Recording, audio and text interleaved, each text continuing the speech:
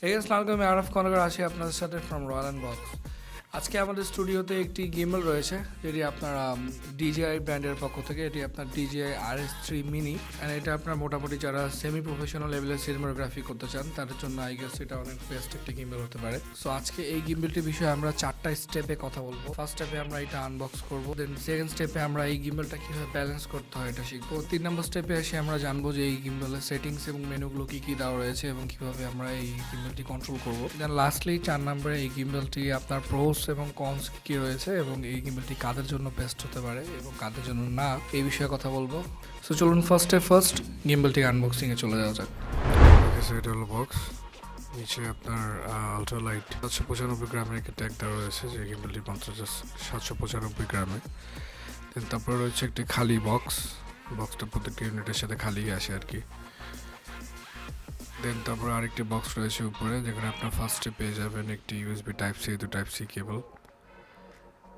দেন তারপরে একটি casual USB Type-C কেবল পেয়ে যাবেন। দেন তারপরে রয়েছে একটি মাউন্ট, তারপরে রয়েছে স্ক্রু। তারপরে লাস্টে আপনি পেয়ে যাবেন এটার ট্রাইপডটি, যেটা আপনার গিম্বলের নিচে বেসিকলি এটা লাগানো যায় আর কি, গিম্বলটি স্ট্যান্ড করার জন্য।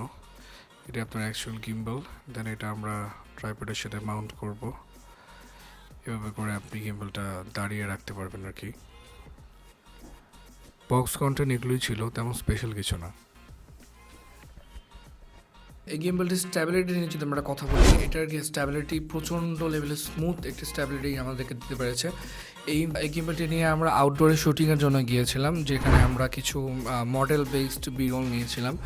এই বিরলগুলোর মধ্যে আমরা প্রচণ্ড স্টেবল শট পেয়েছি। যদিও আমরা এই গিম্বলটি ইউজ করার সময় নিনজা ওয়াক করিনি, তারপরে এই গিম্বলটি আমাদেরকে অনেক স্টেবল এবং স্টেডি একটি শট দিতে পেরেছে। ওভারঅল এই গিম্বলটি আমাদেরকে বাইরে মানে আউটডোরে এবং ইনডোর বিরলগুলোতেও, যেমন এই প্রোডাক্টের ফার্স্টে যে বিরলগুলো রয়েছে ওটা এই গিম্বল দিয়ে নেওয়া।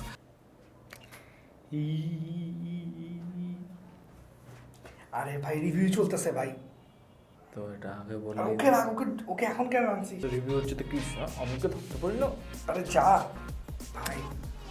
গিম্বলটি ব্যালেন্সের ক্ষেত্রে একটু কেয়ারফুল থাকতে হবে আপনাদের, কারণ গিম্বলটি যদি ভালো মতো ব্যালেন্স না করতে পারেন বা আপনাদের টিল্টে বা রোলিংয়ে যদি একটু উঁচা নিচে থাকে, তাহলে কিন্তু আপনার এই গিম্বলটি বেটার পারফরমেন্স করবে না। এবং এই গিম্বলটি মোবাইল অ্যাপে যে অটো ব্যালেন্স অপশনটি রয়েছে, এটি আমাদের কাছে অনেকটা সুবিধাজনক মনে হয়েছে আর কি। এটা আমার মনে হয় বিগিনারদের জন্য অনেক বেটার হবে। এখন আমরা গিম্বলটি সেটিংস এবং মেনু নিয়ে যদি কথা বলি, এখানে আপনার উপর থেকে একটু নিচে স্লাইড করলে আপনি লক অপশন পাবেন। দেন ব্লুটুথে এটা কানেক্ট করতে পারবেন আপনার ক্যামেরার সাথে।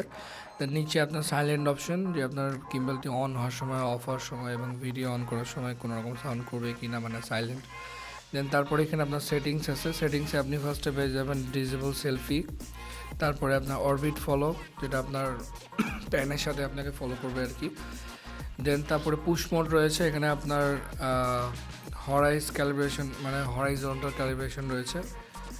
তারপরে নিচে আপনার গিম্বলটির অটো চেক মোড রয়েছে, যেটা আপনার গিম্বলটা মোটামুটি প্রত্যেকটি মোটও ঠিক আছে কিনা একটি অটো চেকিং মানে করে দেয় আর কি। আচ্ছা, তারপরে আপনি পেয়ে যাবেন রিস্টোর প্যারামিটার্স, দেন তারপরে ল্যাঙ্গুয়েজ, তারপর ফিমার ভার্সন, দেন লাস্টে আপনার কমপ্লেন্স ইনফো রয়েছে।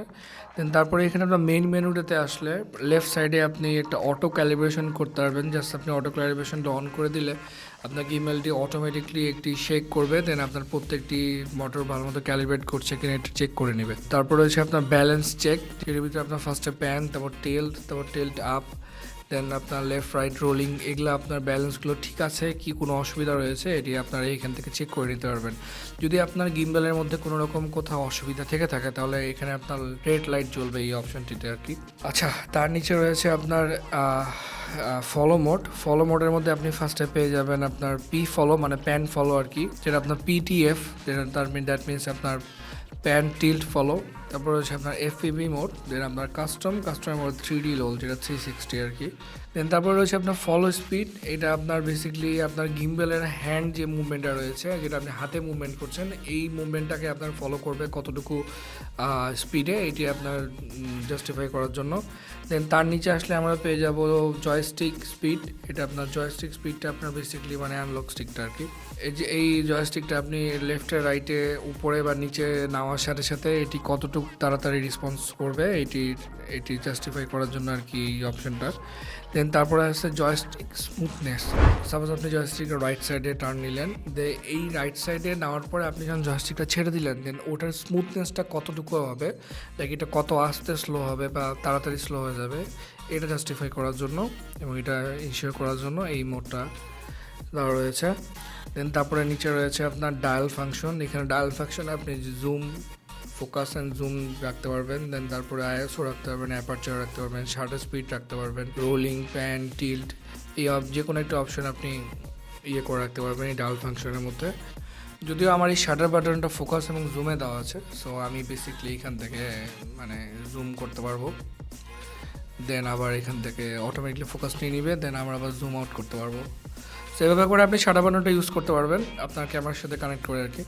দেন তারপরে আপনার রয়েছে ডায়াল স্পিড, যেটা আপনার বর্তমানে ডিফল্টভাবে 50-তে দেওয়া রয়েছে আর কি। স্ক্রিনের নিচে ডান দিকে উপরে যে আপনার এম বাটন দিয়ে দেওয়া রয়েছে, এটি বেসিকলি আপনার মেনু সিলেকশন বাটন। এই গিম্বেলটি আপনার 3টা মেনু আলাদা আলাদা করে সিলেক্ট করা যায়, যেমন আপনি প্রত্যেকটি মেনু কাস্টমাইজ করে রাখতে পারবেন এবং যাতে করে আপনার মাল্টিপল শর্টসের ক্ষেত্রে আপনার এই গিম্বেলটি বিভিন্ন মোডে কাজে লাগে। আচ্ছা, বেসিকলি এই গিম্বেলটি আপনারা ইউজ করতে পারেন আপনার ব্লগিংয়ের ক্ষেত্রে অথবা ছোটোখাটো লেভেলের একটি সিনেমাটোগ্রাফি প্রোডাকশন যদি আপনারা করতে চান তাহলে এই গিম্বেলটি আপনারা পারচেস করতে পারেন। তবে এটি বিগিনারদের জন্য আই গেস অনেক ভালো একটি অপশন হবে।